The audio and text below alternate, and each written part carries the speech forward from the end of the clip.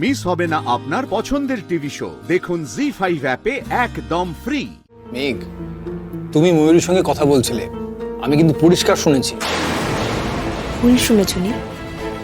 আমি বলেছিলাম যে কারা এটা করেছে সেটা যদি আমি জানতে পারি তাহলে তাদের মুখোমুখি হওয়া যেত। আচ্ছা মেঘ, তুমি ঠিক বলছো তো? কাউকে আড়াল টাড়াল করছো না তো? না, হতেই তো পারে ক্লাসের স্টুডেন্ট বলে হয়তো ছেড়ে দিচ্ছে। বৌদি, তুমি একবার তার নামটা শুধু বলো আমাকে, দেখে নিচ্ছি আমি তাকে একবার। দিদি ভাই, আমি তোকে আড়াল করছি কারণ আমি জানি আমার কাছে যে প্রমাণ আছে তাতে কারোর কোনো সন্দেহ থাকবে না তোর বিরুদ্ধে। সকলে তোকে চিনে ফেলবে, কিন্তু তোকে সেই কোণঠাসা অবস্থায় আমি দেখতে পারবো না। আমার শ্বশুরবাড়ির লোকের সামনে তোকে এইভাবে এক্সপোজ করতে আমি পারবো না রে।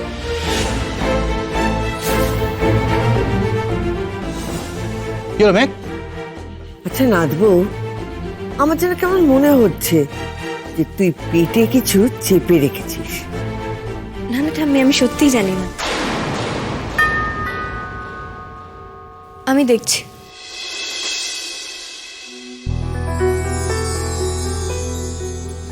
নমস্কার, আমরা ওই ত্রিদীপ ভাস্কর ওদের সঙ্গে কথা বলতে চাই।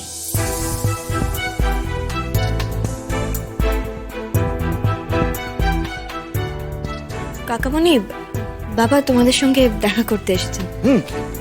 হ্যাঁ, বিমল না কাজল, কি ব্যাপার? বুঝতে পারছি, খুব বাজে সময় চলে এসেছি। আসলে এই সময় তো সবাই থাকবেন, তাই চলে এলাম। না, ভালো করেছো, বলো না। তোমার তোমরা দাঁড়িয়ে রইলে কেন বাবা? বসো না। আপনারা ব্যস্ত হবেন না, আমরা কাজের কথাটা সেরেই চলে যাব। আর ত্রিদীপ, তোমরা তো জানো আমাদের ঐক্যতান ক্লাব থেকে বছরের এই সময়টাতে রবীন্দ্র নজরুল স্মরণ একটা অনুষ্ঠান আমরা করি। তার মধ্যে একটা দিন থাকে গানের কম্পিটিশন। তো আমার অনুরোধই বলতে পারো যে তোমার ছেলের বউ এই কম্পিটিশনে নাম দিক।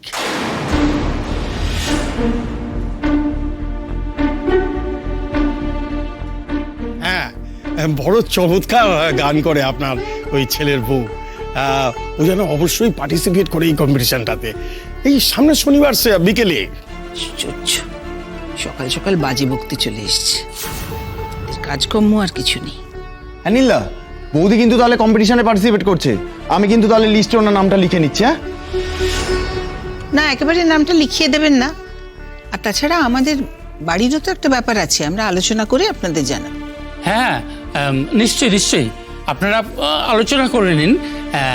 ও কিন্তু চমৎকার গায়, ও শিওর জিতবে, মানে ওর পাশে কেউ দাঁড়াতেই পারবে না। হ্যাঁ ঠিক আছে, তাহলে আমরা আসছি। হ্যাঁ, নীল তুমি কিন্তু একটু জানিয়ে দেবে। হ্যাঁ হ্যাঁ হ্যাঁ, আমি জানিয়ে দেবো। আর মেঘ পার্টিসিপেট করবে, আমি বলছি।